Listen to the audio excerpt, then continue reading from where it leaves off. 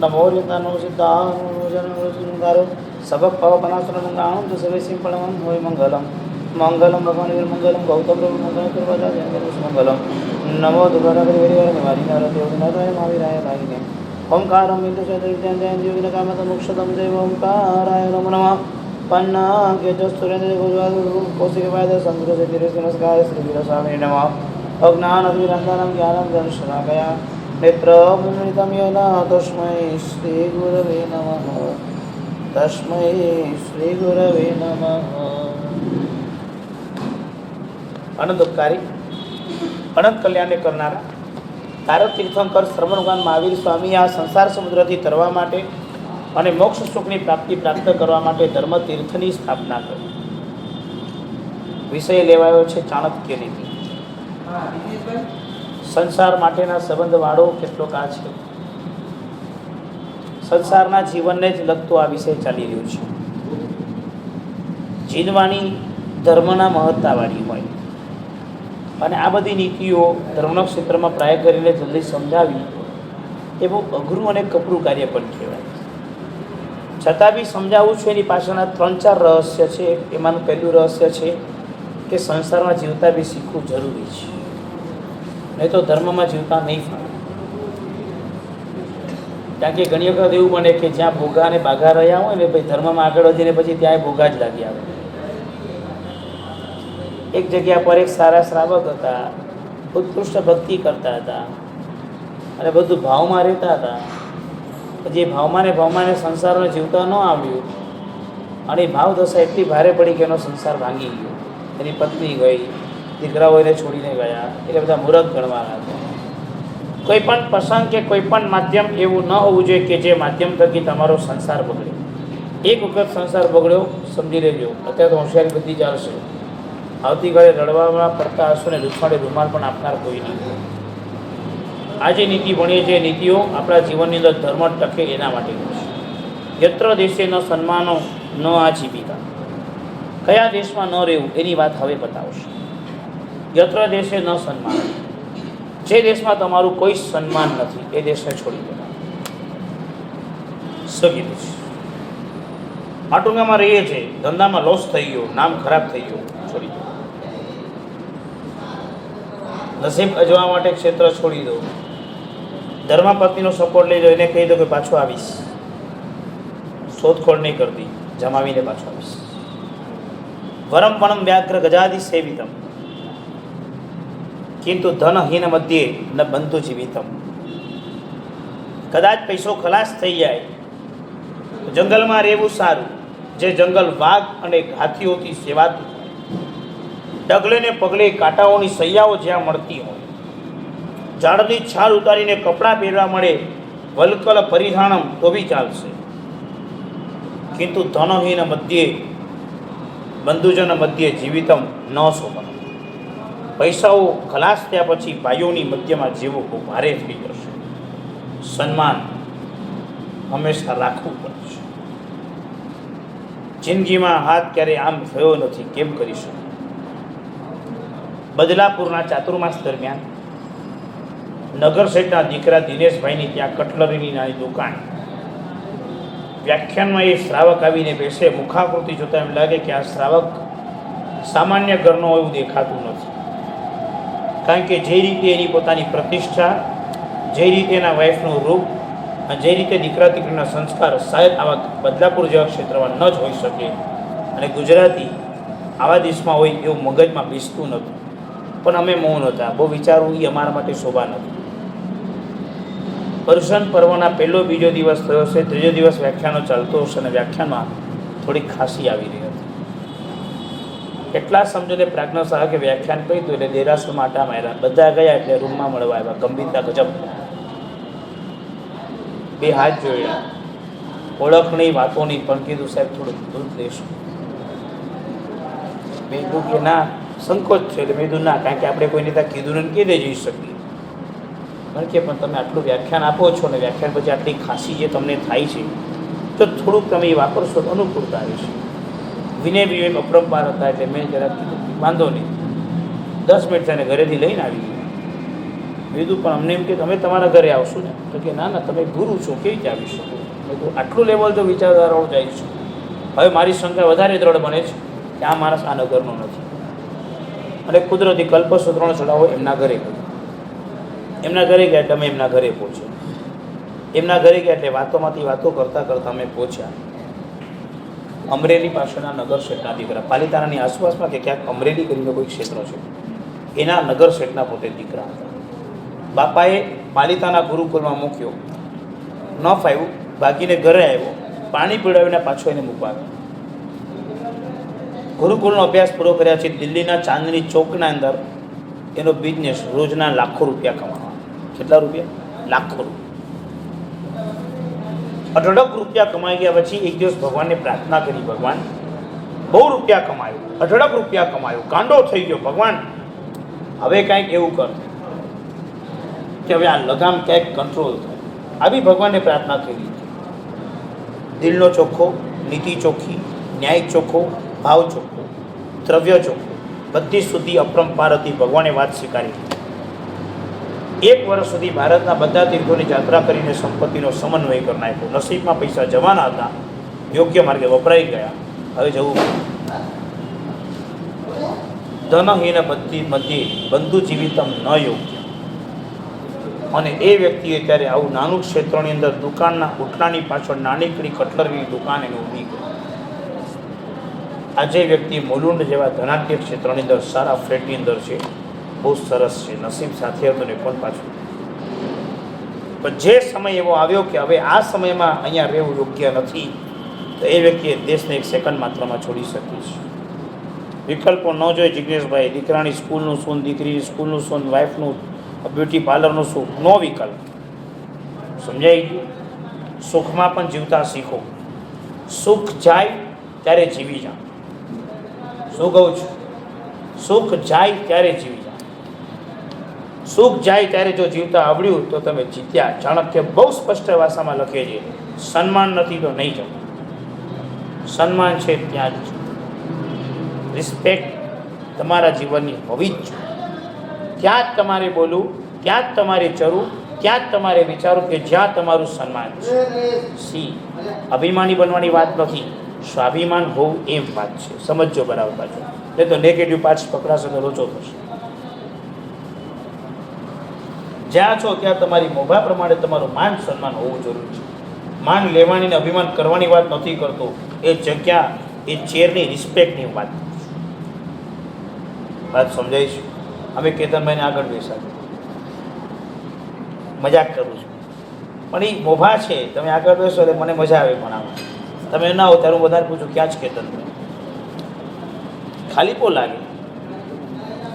આ સન્માન છે તો એ તમે ખાડા પાડો છો એમ કહું છું.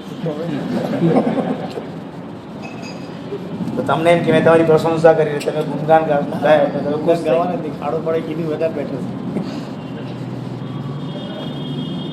કેટલી મજાની વાત.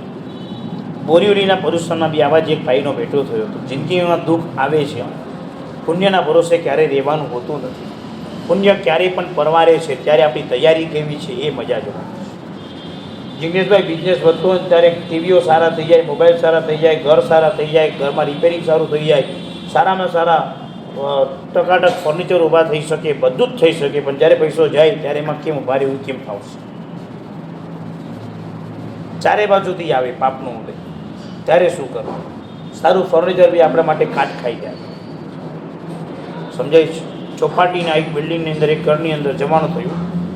બાપ દાદાના જમાનાની અંદર પ્રાણીને મારેલા શિંગડાઓની ખીટીઓ છે. તમે સમજો તે ખીટી એટલે પહેલાં પ્રાણીઓને મારેલા જે શિંગડા હોય, શિંગડાઓની ખીટીઓ છે, જેનો ભાવ આજે કરોડો રૂપિયામાં વેચાય. એ વસ્તુ કે સાહેબ બાપ દાદાઓ આવા શિંગડાઓ લાગેલાની પર આમ ટોપી ભરાવતા હતા, અને હવે શિંગડાઓ અમને ખટકી રહ્યા છે કે આને જવા દઈએ. નોલેજ તો છે નહીં, પૈસા જોઈએ તો શું કરીએ, વેચવાનું કાઢ્યું છે. પુણ્ય પરવારે ત્યારે પણ તમને બેલેન્સ કરતા આવડવું જોઈએ કે કેમ બેલેન્સ કરવું. બોરીની અંદર એ વ્યક્તિ જ્યારે ખલાસ થઈ ગયો, તકલીફમાં આવી ગયો, ત્યારે પત્નીને કહી નીકળી ગયો કે તું મારી રાહ જોજે, હું ક્યારે આવીશ તને કહેતો નથી, તું તારું સંભાળી દઈશ. પત્ની બહુ જ સાનુકૂળ હતી, અને પત્ની તે જ કે આ સમયે ખરેખર એની જે કમાલ ચાલે. અને એ અહીંથી નીકળ્યો, સાઉથમાં પહોંચી ગયો. નીકળ્યો તો સુસાઇડ કરવા, પણ સુસાઇડ કરવાની પણ હિંમત નહોતી. એટલે ફરતા ફરતા સાઉથ પહોંચી ગયો. સાઉથની અંદર એને નક્કી કર્યું કે કોઈક એવી જગ્યા મળે કે જ્યાં આગળ કદાચ ક્યાંક રહું અને એમાં કંઈક નિમિત્ત મળે. એમાં કુદરતી ત્યાં સ્થૂલભદ્ર સુરેશ્વરજી મહારાજનો ભેટો. જો ભાઈ પુણ્યોદય પ્રગટવાનું હોય ને તો યોગ બહુ જોરદાર થાય છે. ગુરુજીને કીધું, સાહેબ આવી આવી હાલત થઈ ભાગી નીકળી ગયો છું અને હું મરવા જઈ રહ્યો હતો, પણ મારાથી મરવાની હિંમત ન થઈ. મારી પત્નીને કંઈ નીકળું છું, હું ગમે ત્યારે આવીશ, મારી રાણી જોતી. અને સાહેબ એનું શું થશે મને ખબર નથી, હું આવી રીતે નીકળી ગયો છું, મારી પાસે સાહેબ કાંઈ નથી. સાહેબ શું કરું મને સમજાતું નથી. સાહેબ કે તારે મરવું છે કે જીવવું છે પહેલાં નથી. કે સાહેબ મરવું તો નથી, પણ શું કરું કાંઈ છે. જો જીવવું છે ફાઇનલ છે, હું તને કહું એમ તારે 6 મહિના સુધી કરવું પડશે. ગુરુદેવ કરી છે એમાં ના નથી. આપણે કહ્યું એટલે તહથી અમે કોઈ નિરાધાર છું, 6 મહિના આંબીલ કરવા પડશે. તહથી આંબીલ ચાલુ થયા, સ્વાધ્યાય ચાલુ થયો, સામાયિક ચાલુ થયા, પ્રતિક્રમણ ચાલુ થયા, ઉપાસના બારનાઓ ચાલુ થયા. 6 મહિનામાં પુણ્ય પ્રજ્વલિત થયું ને ગુરુના આશીર્વાદથી આમ પાછો આવ્યો. આજે એની પાસે બધું છે, દેવું નથી, સુખી છે, ખુશી છે. છોડતા આવડ્યું તો પહોંચતા પણ આવડ્યું. ક્ષણિક પણ નીકળ્યો છે, શ્રીપાળ પણ નીકળ્યો છે, બધા નીકળ્યા છે. જ્યારે અજમાવાનું આવ્યું નસીબ ત્યારે અજમાવા નીકળ્યા છે. યત્ર દેશે ન સન્માનો, જે દેશમાં તમારું સન્માન નથી એ દેશની અંદર રહીને શું કરશો? બહાર નીકળતા તમને ના આવડ્યું તો ખલાસ. તમે તમારું પોતાની મોભા, તમારું સ્વાભિમાન તમે ખલાસ કરી દેશો.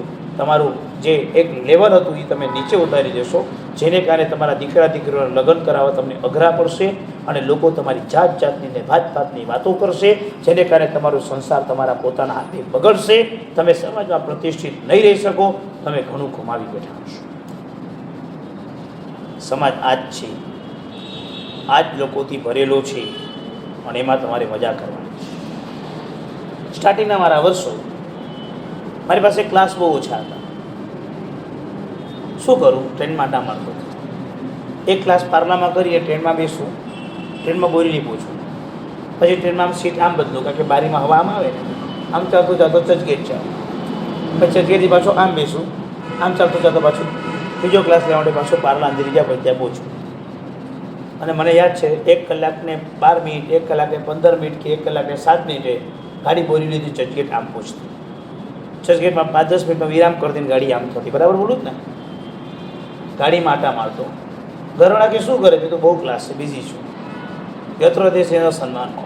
કહીશું કે કામ નથી તો કે સન્માન જ નહીં મળે આપણને. બતાવવું પડતું તો કે બિઝી છું. બધા કે નહીં, ખરેખર બિઝી છે. બિઝી હતો જ નહીં. હું ડિપ્રેશનમાં ન જાઉં માટે મેં આ કામ રાખેલું હતું. કારણ કે કામ ન મળે ત્યારે તમે ડિપ્રેસ થઈ જાઓ છો, અને ડિપ્રેસ થશો તો તમે માંદા પડી જશો. માટે મેં આ કામ રાખેલું હતું કે કામ રહેવાનું, બસ નીકળવાનું, કંઈ ને કંઈ કરવાનું. ત્યારે એરિયા શોધવા નીકળતો, ગલીઓ શોધતો, આડાતેડી જગ્યાએ જે અટકી જતો, પછી પૂછતો તો સ્ટેશન આવતો. ત્યારે 4 રસ્તા જોતો, 4 દુકાનો જોતો, 4 એરિયાઓ જોતો. ક્યાંકથી નીકળ્યો ને ક્યાંકથી બહાર નીકળ્યો. ચંદની રોડથી ચાલુ કર્યું, પહોંચું ત્યારે મહાલક્ષ્મી આવી ગયો. ખબર નહીં ક્યાંથી ક્યાં પહોંચ્યો. બહુ થાકી જતો, બસ સ્ટેશન ના આવે. ચાલતો ચાલતો વિરામ કરતો, કારણ કે બસ એક જ કોન્સેપ્ટ હતો કે ફરી લઈશ પછી મને ફરવાનું નહીં મળે. પણ જ્યાં જો ઘરે બેઠો તો સન્માન નહીં મળે. સમજાઈશ? ઓફિસનો ટાઈમ થાય ત્યારે નીકળતા પણ આવડવું જોઈએ, અને ઓફિસનો ટાઈમ પૂરો થાય ત્યારે ઘરે આવતા પણ આવડવું જોઈએ, તો સન્માન સચવાશે. જો એવી રૂપરેખા દેખાડી કે તમારી પાસે કામ નથી તો તમને ક્યારેય પણ સન્માન મળવાનું નથી.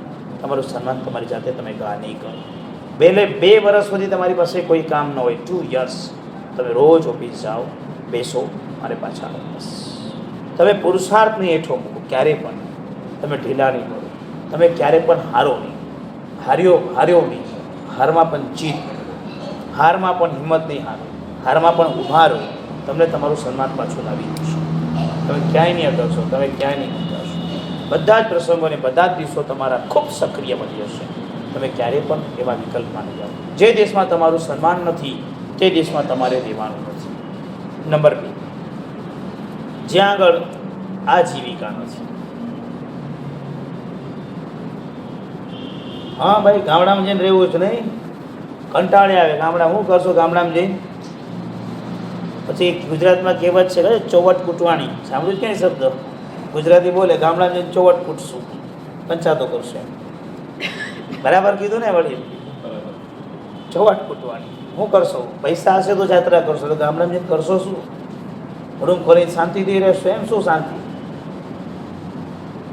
તમે જ્યાં આજીવિકા છે ત્યાં તમારું ઘર બાંધો. સમજાય? આજીવિકા છે ત્યાં.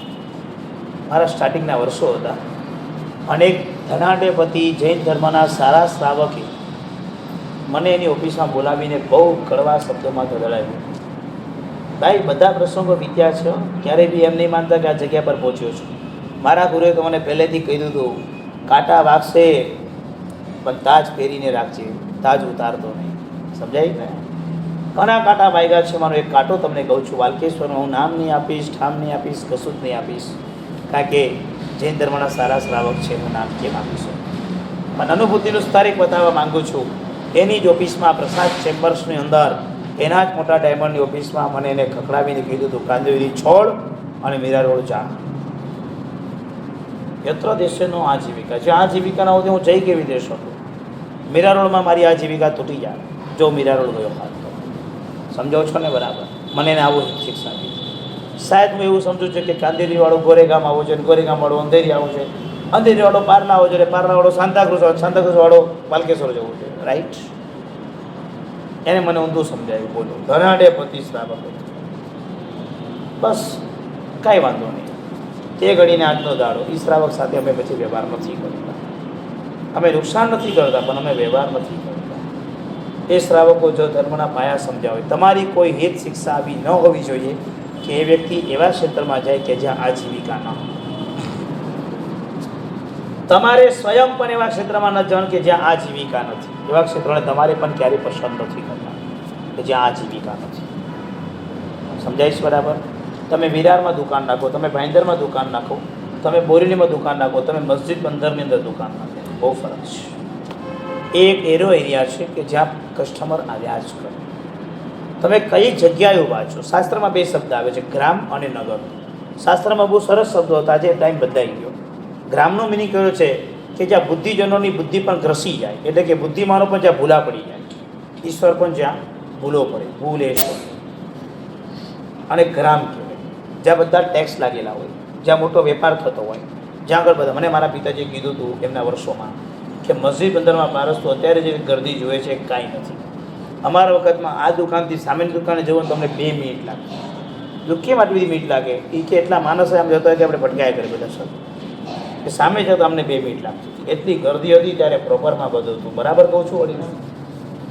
આજે ગરદી કાંઈ નથી. આજે તો શાંતિથી ચાલી શકાય એવો રસ્તો છે.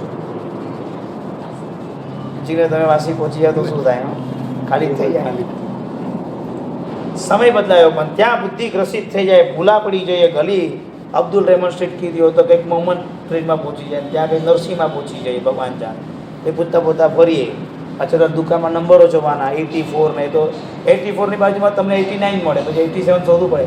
ગલીમાં આપણે નીચે ઊભા હોય તો શોધતા ફરીએ. બોલો, એવી હાલત.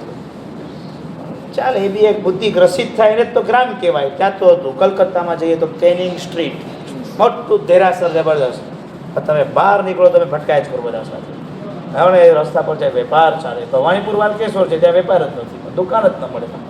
પણ કેનિંગ સ્ટ્રીટમાં તમે જાઓ તો તમને જે બિઝનેસ મળે, આજીવિકા જ્યાં હોય ત્યાં રહેવાનું. જ્યાં આજીવિકા નથી ત્યાં રહીને કરશું શું? ત્યાં જઈને કરશું શું? હવે જો તમે એવી બુદ્ધિ વાપરતો હોય કે આપણે અહીંયા એકવાર કમાઈ લેવાનું, પૈસા ભેગા કરવાના, ગામડામાં જઈને રહી જવાનું. અરે 18% વ્યાજ હતું. બરાબર કહું છું વડીલ? 18% હતું. આજે કેટલા ટકા છે? તમને 10, તમને 9 કે 8. બરાબર ને? એવું છે શું? હવે 6% થશે ને 2% આવી જશો. વ્યાજના રૂપિયા પર આગળ વધવાનું જો વિચાર્યું તો તમારા જેવો મૂર્ખ દુનિયામાં કોઈ. સમજાય છે કાંઈ? ટેકો છે ઠીક છે, બાકી મજા નથી. મોંઘવારીનો ફુગાવો 2%, 3% આગળ છે અને વ્યાજ પાછળ છે. 3%નો ડિફરન્સ સમજી લો તમે. બરાબર અભ્યાસ કરો, સમજો બરાબર કે કઈ રીતે આપણી ગાડી ચાલી રહી છે. તમારો રૂપિયા તૂટી રહ્યા છે, જોડાઈ નથી રહ્યા, ફસાઈ જશો. વ્યાજના રૂપિયા ક્યારે પણ આગળ વધવાનું જિંદગીમાં નહીં વિચારતા. જ્યાં સુધી જીવો છો ત્યાં સુધી પુરુષાર્થને મહત્વ આપો છો. અને હા, શાંતિ. 2 કરોડ થઈ ગયા, જિંદગી તો ચાલે. 2 કરોડ રૂપિયા જો તમારી પાસે છે તો જિંદગી ચાલવાની. હું ના નથી પાડતો. શું કરો? વ્યાજ આવશે, શાંતિથી રોટલા શાક નીકળશે. 4 માંગી આવી ગઈ, ખલાસ.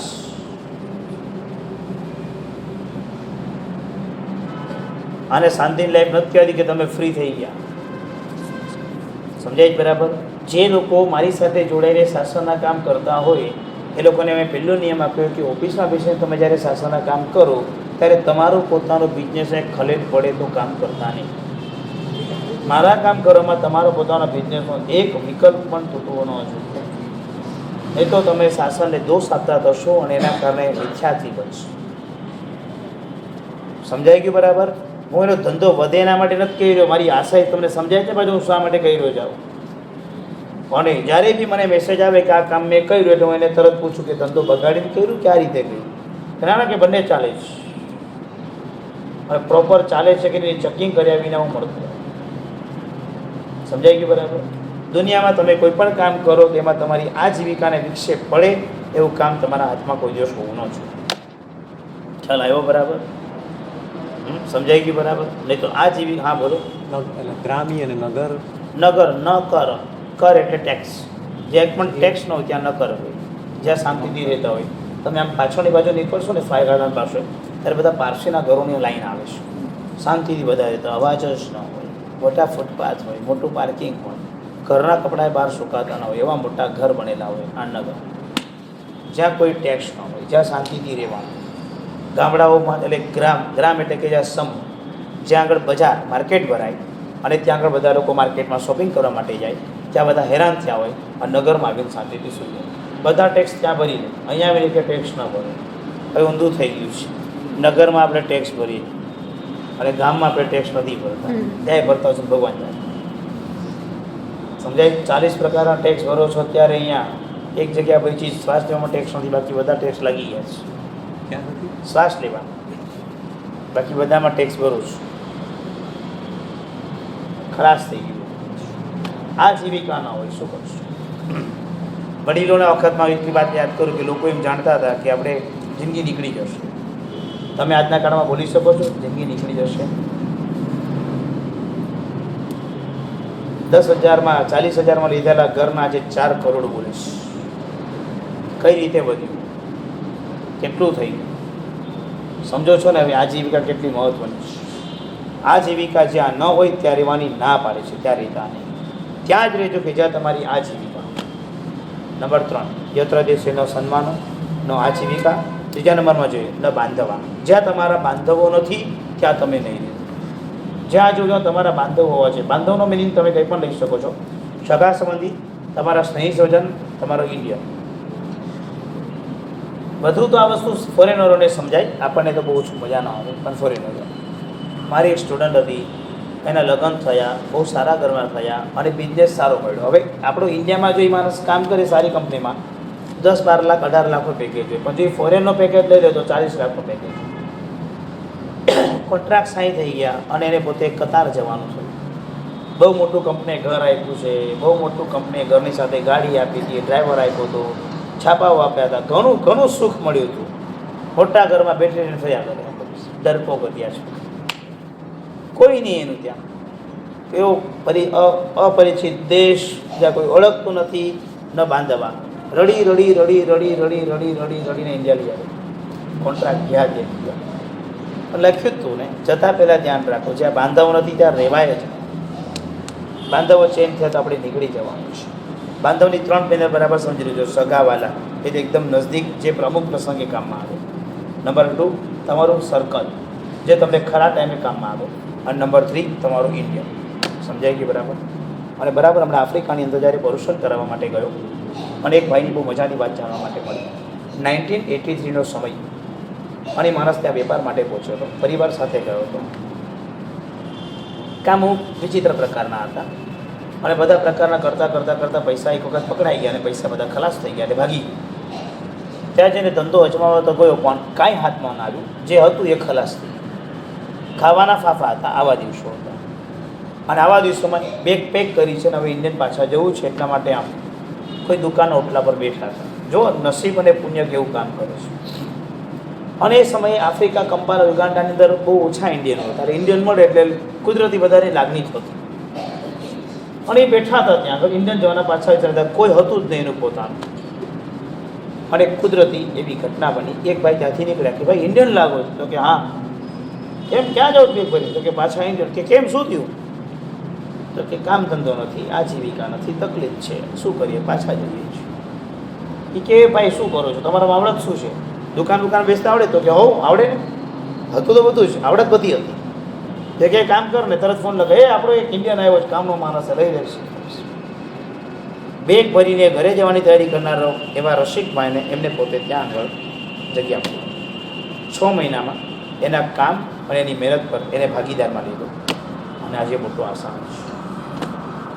નસીબ અબથી કેટલું પણ ગુનિયલ કહેવા, કેટલા ગુનિયલ, આટલા મોટી એક બિઝનેસમેનની આટલી મોટી એની પોસ્ટ, અબજોપતિમાં નંબર, નોટ કરોડપતિ, અને એ ગવર્મેન્ટ સાથે બી કામ કરી શકે. એનો એક ફોન જાય તો એરપોર્ટમાં આખું તંત્ર ઊભું થાય, આટલી તાકાત. બેંકવાળાઓ એને ફોન જાય તો બેંકવાળાઓ દોડતા થાય, એવી એની ફોરેનમાં તાકાત, એ એની જમાટ. અને આવા સમયમાં બી એ નમ્ર એટલા કે અમને મળવા રૂમ કરાય, આવી નમ્ર.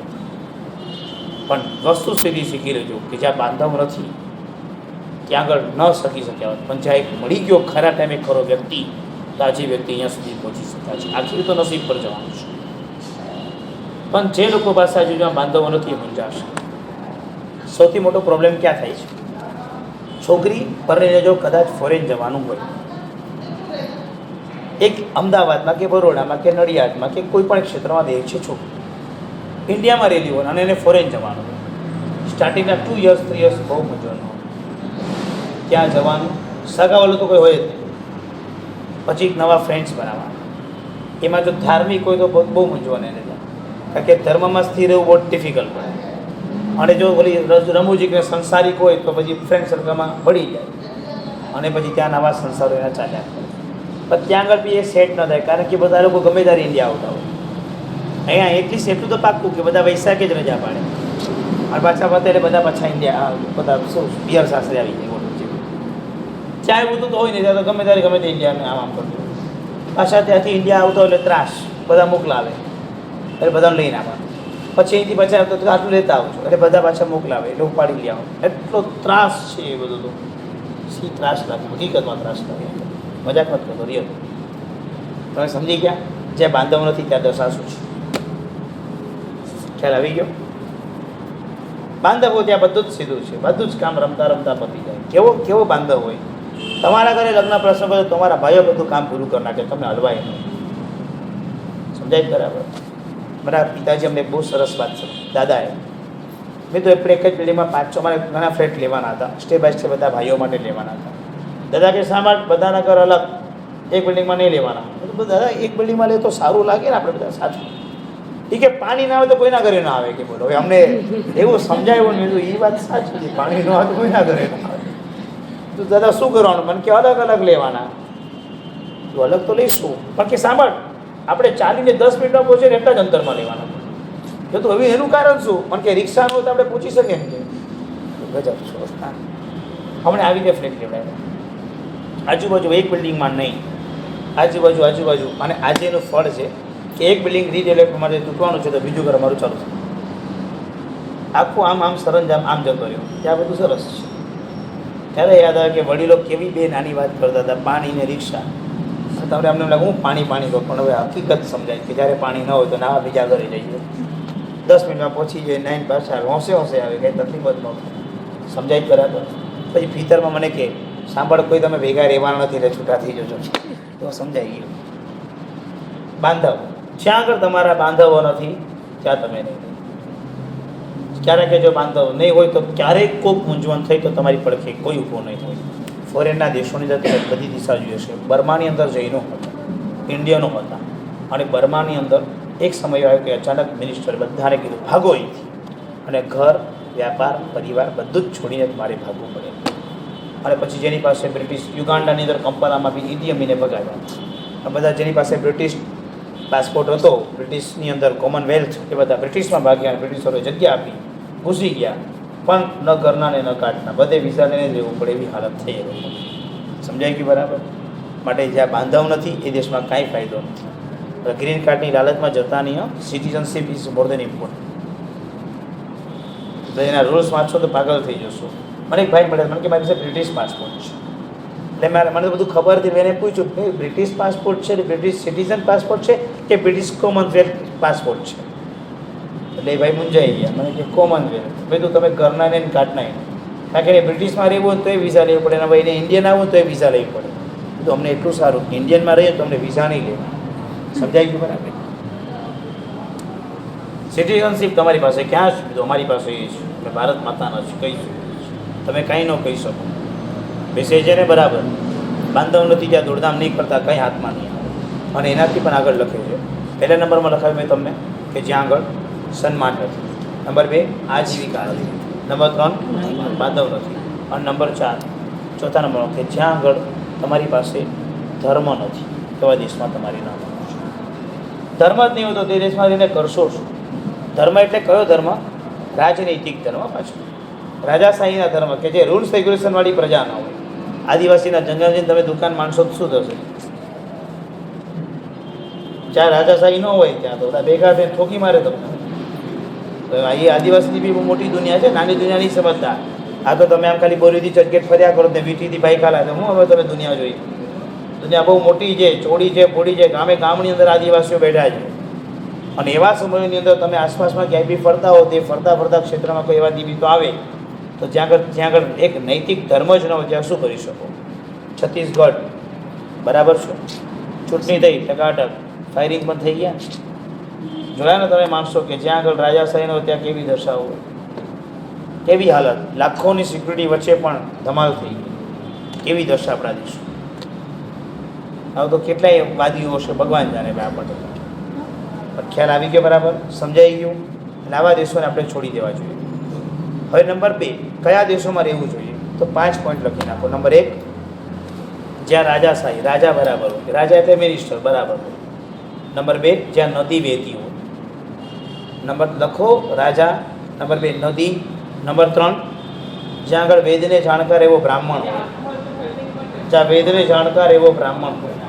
નંબર 5 નંબર 4 જ્યાં ડૉક્ટર હોય.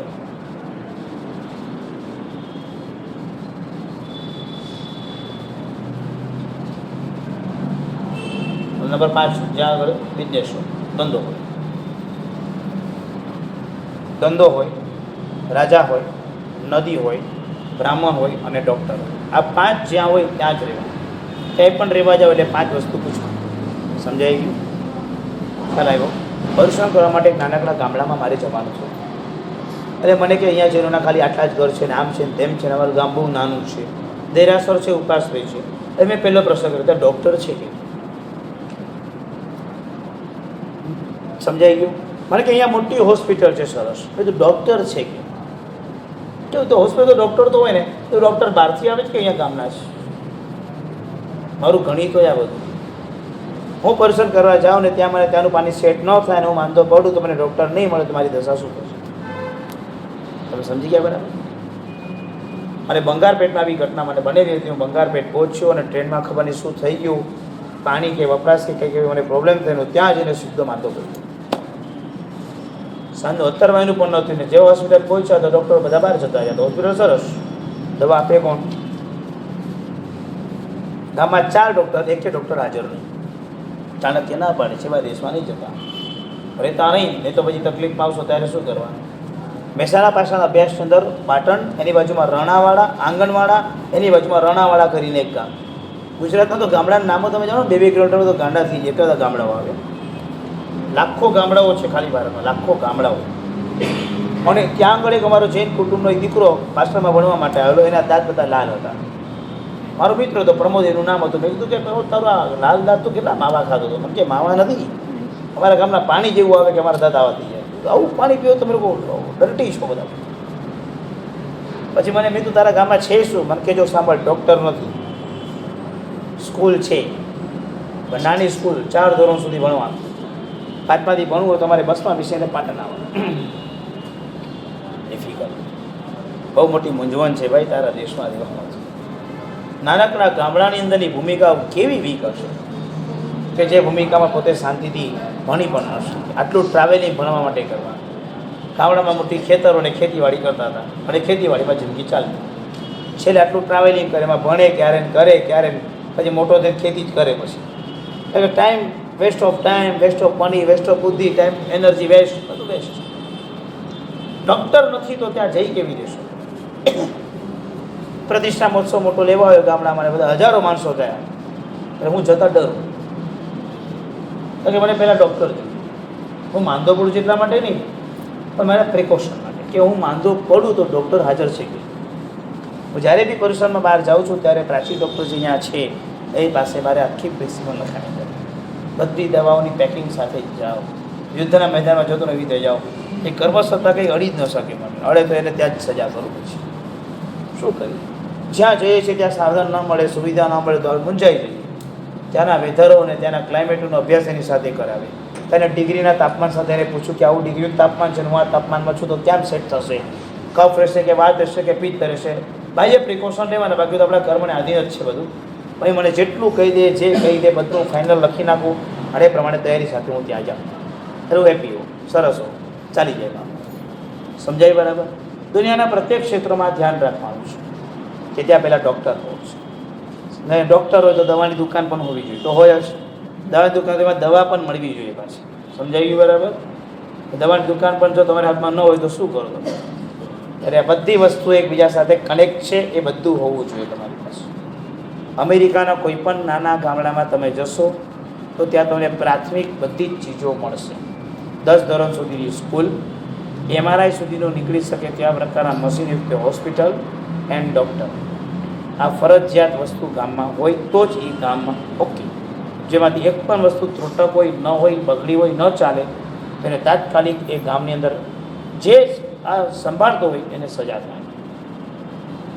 અને આ ભારતની હાલત તો ખબર નહીં હવે ક્યારે આવશે.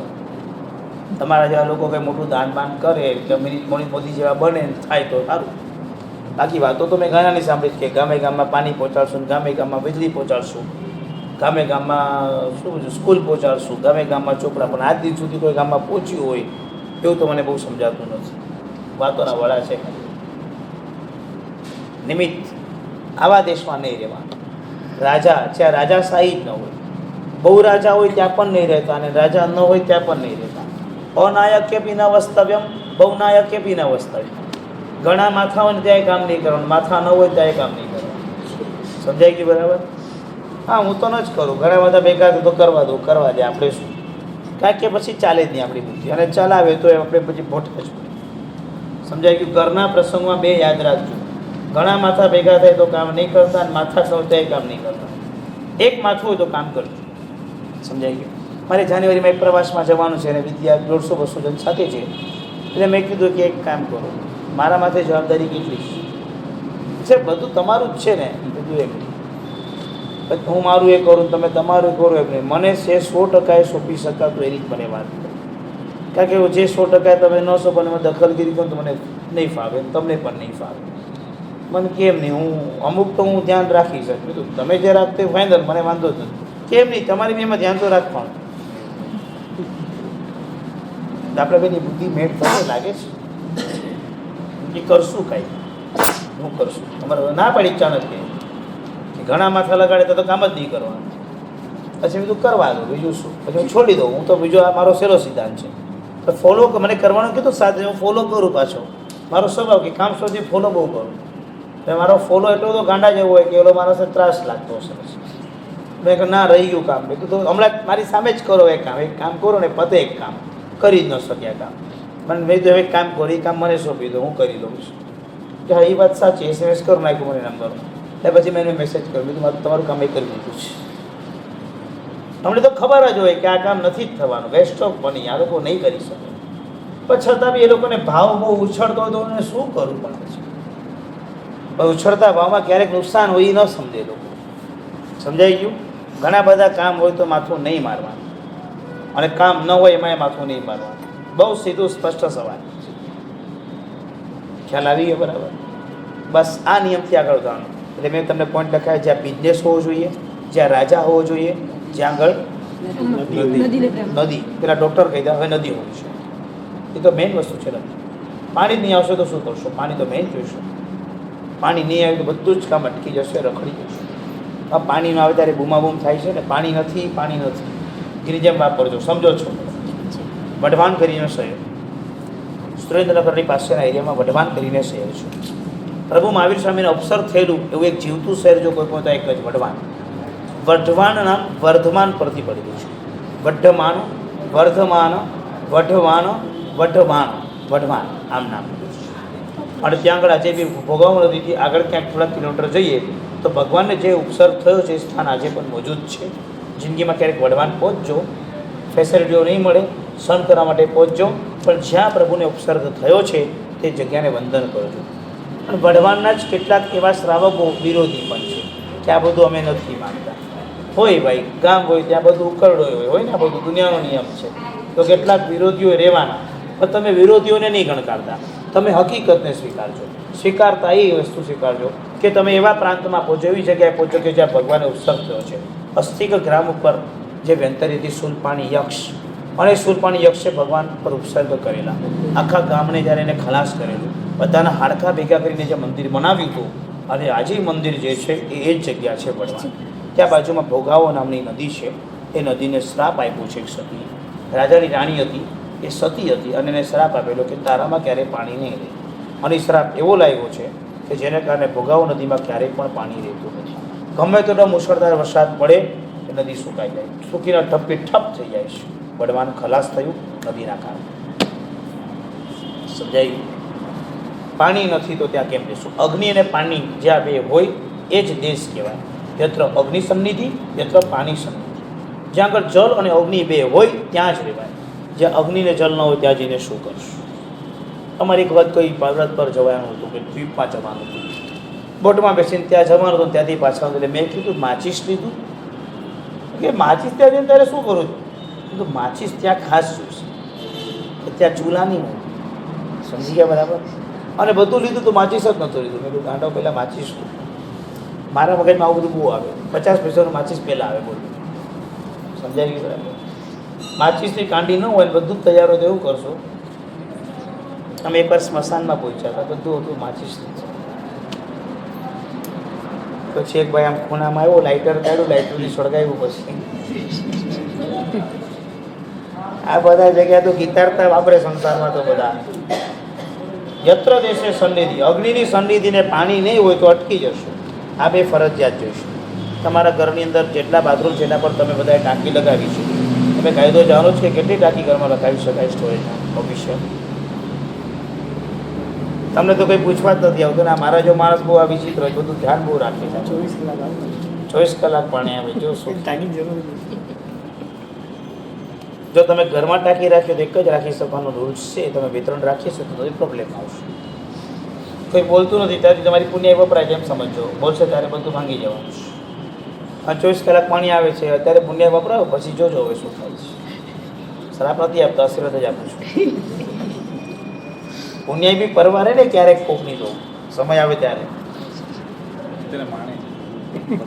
હા, જૂનું બધું કરીને અત્યારે માનવા માટે પડ્યું ગયું છે. સરસ, ભોગવો, બીજું શું હોય. ખલાસ થાય ત્યારે આવજો. અને ત્યાં નદી નથી તો ત્યાં ધંધો ભાંગી જશે. તમે સમજી શકો જ્યાં પાણી નથી ત્યાં બધી જ પ્રોબ્લેમ થશે. જ્યાં બી વસ્તુ હોય તો ત્યાં પહેલાં પાણીનું સ્ટોરેજ બહુ મહત્ત્વનું છે. તમે ક્યાંય પણ જશો તો પાણી નહીં હોય તો બધું જ મૂંઝાઈ જશે. પાણી જ્યાં અટકશે ત્યાં બધા જ કામ અટકશે. સવારથી સાંજ સુધી આખું શેડ્યુલ તમારું બગડી જશે. પાણી મહત્ત્વનું છે. તો જે દેશમાં નદી નથી, જે દેશમાં કંઈ વસ્તુ નથી, ત્યાં આગળ ન રહેવું એ ખાસ ધ્યાન રાખવા જેવું છે. એનાથી પણ આગળ વેદ જાણનાર બ્રાહ્મણ નથી. હવે બ્રાહ્મણ સાથે તમને કંઈ લેવા દેવા નથી. પણ બ્રાહ્મણ સાથે લેવા દેવા એટલા માટે રાખવો પડે છે કે આખું જ્યોતિષ, ગામમાં કંઈ ઉપદ્રવ થાય તો ઉપદ્રવ કેમ ટાળવો, કેવી રીતે વિધિ વિધાન કરી દેવા, વરસાદ ન હોય તો વરસાદ કેમ લાવવો, વરસાદ વધારે પડતો તો કેમ એને રોકો, આ બધા મંત્રો બ્રાહ્મણ પાસે છે. અને એનાથી પણ વધુ ગંભીર વાત કરું તો બ્રાહ્મણ અભ્યાસ કરાવે. બ્રાહ્મણ ઇઝ ઇક્વલ ટુ ટીચર. એ જ ન હોય તો શું કરશો? આખો ઘાટકોપરની અંદર વેસ્ટ ઇસ્ટનો મોટો સંઘ, મોટા ધાનાળપતિ, 15-20 દેરાસરો છે, એક કે છે પંડિત ત્યાં આગળ નથી આખા ઘાટકોપર. મુરુણથી એક પહોંચે માંડ તો ઠીક છે.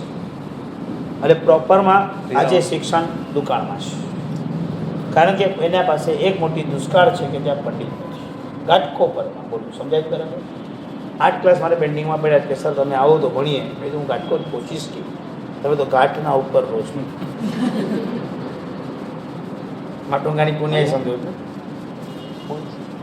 પ્રોપરના તો કોઈ નહીં. અહીંયા અહીં માટું અમારા પ્રોપરના તો કોઈ જ નહીં. ભણવો તમારી પુણ્યાઈ છે એમ તો કીધું છે દૂરથી લોકો પહોંચી નથી શકતા એમ એને આવડું જવાની વાત છે પ્રોપર ઘર ત્યાં જઈ નથી શકતા એમ કે છે ના એટલે એંધાન આપી દીધા છે સમજી ગયા નહીં હું તો ત્યાંય જઈશ એટલે એ રીતે ભલે અહીંયાથી આપણે પરેલથી ભલે હરેશભાઈને એમ આવે છે નજીકથી એવી રીતે લોકોને મુલુંડ પહોંચે એટલે એમ કહેવા માંગુ છું કે માટુંગામાં કેટલા દીકરાઓ મહેસાણા ભણાવીને પંડિત ભણાવે છે એમ કહેવા માંગુ છું નથી. વાત એ છે એ તો પછી હું ચાઇના જેવું લગાવી દઈશ કે જેટલા ક્લાસમાં બધા 2 દીકરો એક દીકરો મહેસાણા મોકલી દેવાનો મિલિટરીમાં તો કે હું કાયદો ન લગાડી શકું શું વાત કરો છો તમે શિષ્યો છો મારું બધું ચાલે તમારી પાસે અમારું પાસે બરોબર નથી. હા? તો ચાઇનાનો કાયદો દીકરા પર ડાયરેક્ટ નથી તો બાપાથી જ લાગે છે વાત કરું.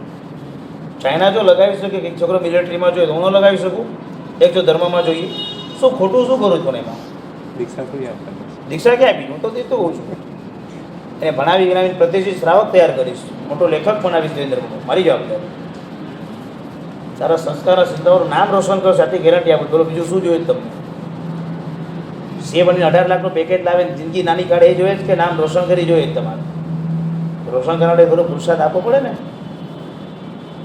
એટલે માટુંગામાં એક ચિંતાજનક વાત મૂકી છે સમજાયું બરાબર યત્ર દેશ છે જ્યાં જાણનાર બ્રાહ્મણ નથી સ્કૂલ ભાંગી જશે ટીચર એક જ ભાંગી જશે એક ડૉક્ટર બધું ભાંગી જશે કારણ કે એક છે ત્યાં સુધી માંડ મરણા પ્રશ્ન ચાલશે પછી કાંઈ નથી આગળ ખલાસ માટે આ બધી વસ્તુને બરાબર પ્રેક્ટિકલ જન્મ ઉતારશું કે આ બધી વસ્તુ હોય ત્યાં જ આપણે રહેવાનું છે આ ન હોય તો ત્યાં આપણે નથી રહેવાનું પાછું લખે છે કયા દેશમાં નહીં રહેવાનું આજીવિકાના સાધન ન હોય લખો નેક્સ્ટ પાછો પોઈન્ટ કયા જગ્યાએ નહીં રહેવાનું થઈ ગયું 45 આજીવિકાના સાધન ન હોય ચતુર અને કુશળ માણસો ન હોય ચતુર અને કુશળ માણસો ન હોય દાન દેવાની પ્રવૃત્તિ ન હોય દાન દેવાની પ્રવૃત્તિ ન હોય ધંધો વિકસિત ન હોય ધંધો વિકસિત ન હોય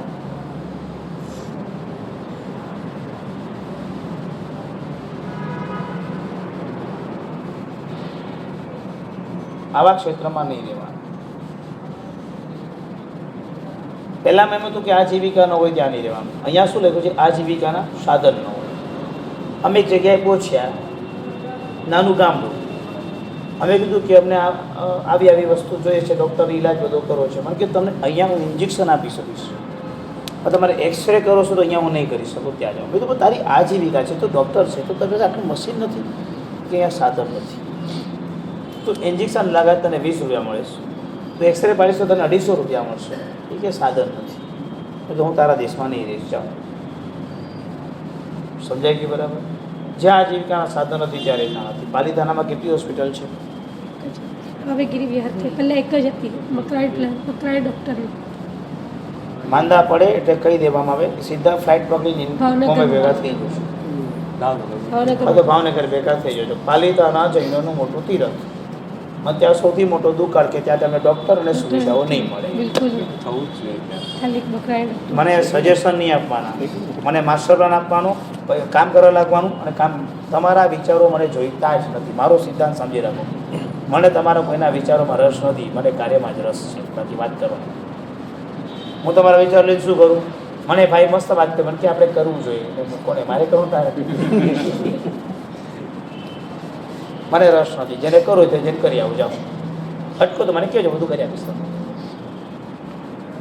સમજાઈ ગયું બરાબર નો વિચારો મને તમારા કોઈના વિચારો જોઈતા નથી મને તમારું એ જ કામ જોઈએ છે જે કાર્ય કરી જવાનું બસ બાકી કોઈ સજેશનો મને જોઈતા નથી આ મારી પોલિસી છે પારસ્થિતિ બનશે ત્યારે આજ બનશે સમજાઈ ગયું બરાબર વિચારો મને ખબર જ છે તો તમે તો કદી વિચાર હું તો માસ્ટર પ્લાન આપીશ આમ બનાવજો નામ બનાવજો નાવી લોબી રાખજો માસ્ટર પ્લાનના નકશા આપી દઈશ તમે સીધા ફોલો કોણ કરશે મેન્ટેન કોણ કરશે મારી પાસે કાંઈ નથી સમજાય ગયું બરાબર આટલું રાખો આગળના વિષયો આવતા ક્લાસમાં રહીશું સમજણ પડે છે બરાબર વિચારમાં ઉતારજો બહુ મહત્ત્વની વસ્તુ છે આખા સંસ્થાને વ્યવસ્થિત સેટ કરશે એવા માધ્યમ છે બરાબર એને સેટ કરજો જેને પણ સર્વ પતંગનો વિચારો નવરદાન કરો સર્વમય છે બ્રહ્મમય મંગલમ નિયમ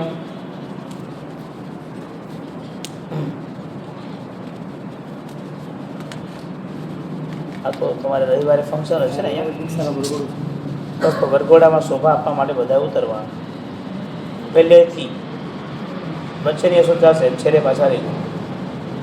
શું કીધું? પહેલાં રહેજો અને છેલ્લા રહેજો, વચ્ચે નહીં રહેશો તો ચાલશે. હા બેઠું પહેલાં રહેવાનું અડધો કલાક, છેલ્લા અડધો કલાક રહેવાનું, વચ્ચે નહીં રહેતા. હર્યા ઓછી રહી